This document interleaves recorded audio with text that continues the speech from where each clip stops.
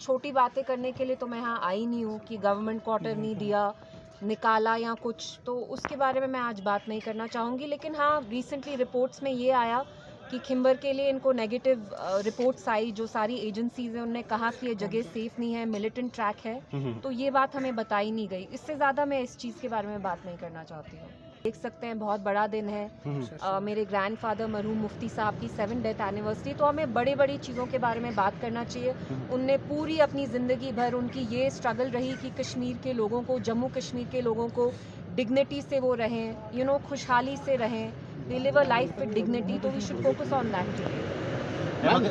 To nation theory तो जिन्ना साहब ने प्रोपाउंड की थी ना, और उस वक्त उनने सबने अपना करियर देख के कही थी। लेकिन हाँ, मैं ज़रूर कहना चाहूँगी कि जिस हिंदुस्तान में मेरी परवरिश हुई, मेरी तरबियत हुई, वो अब ये हिंदुस्तान और वो वाले हिंदुस्तान में ज़मीन आसमान का फ़र्क है। आप यहाँ देखिए, मुस्लिम्स, क्रिश्चियंस, मुस्लिम्स को तो तंग किया जाता है। अभी हाल ही में क्रिसमस जब सेलिब्रेट किया गया, कितनी जगहों पे मदर मैरी का स्टैचू जो है वो वैंडलाइज किया गया। मुस्लिम्स को तो तंग कर ही रहे, अब क्रिश्चियंस जो मिशनरीज हैं उनको भी खास तौर से अब बहुत तंग किया जा रहा है। तो ये वो हिंदुस्तान तो है ही नहीं जहाँ मेरी परवरिश हुई। और आप जैसा, हम सारे जिस हिंदुस्तान में पले बड़े, वो ये अब हिंदुस्तान रहा ही नहीं है। ये गांधी का हिंदुस्तान है ही नहीं, ये गोडसे का हिंदुस्तान है, जहां आप बीजेपी के लीडर्स जब इंडिया से बाहर जाते हैं तो वो गांधी जी के बारे में बहुत तारीफें करते हैं और उनके ऊपर एक फख्र महसूस करते हैं। वही लीडर्स यहाँ आके गोडसे को ग्लोरीफाई करते हैं। गोडसे वो टेररिस्ट है जिनने गांधी जी को मारा था, असैसिनेट किया था।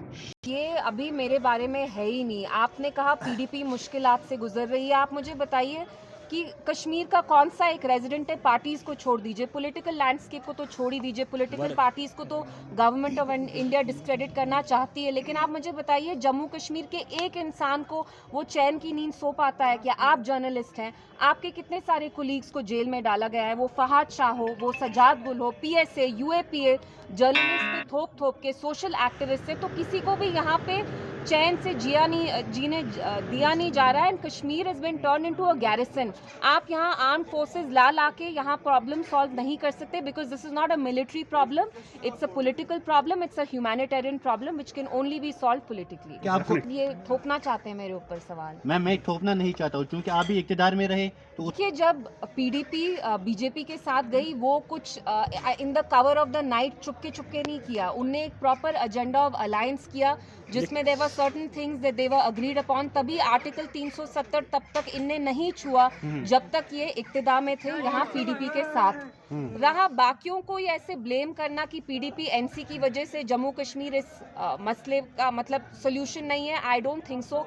आई थिंक यहाँ की जो भी पॉलिटिकल पार्टीज है, हमारे यहाँ के वर्कर्स हैं, आप देखिए इनने कितना सैक्रिफाइस किया है, कितने लोगों के ने अपनी जान गंवाई है। एंड पॉलिटिकल वर्कर्स के लिए जम्मू कश्मीर में एटमॉस्फेयर इतना मुश्किल है। तो जब आप ये पूरा जनरलाइज करते हैं एज अ कश्मीरी और आप इन पॉलिटिकल पार्टीज पे ब्लेम गेम स्टार्ट करते हैं, ये बहुत डेंजरस है और ये नहीं करना चाहिए हमें। हुकूमत क्या पहले तो मैं कहना चाहती हूँ, आपने कहा कि पीडीपी एनसी ने यहाँ पे बद से बदतर की है situation. I think Jammu Kashmir का जो असली सोल्यूशन है वो सेल्फ रूल में है और ये यहाँ की गवर्नमेंट ऑफ इंडिया ही दे सकती है। तो अगर वो नहीं दे रही, वो इसको जब तक मिलिट्री प्रॉब्लम मानेगी तब तक जम्मू कश्मीर का कोई हल नहीं होगा।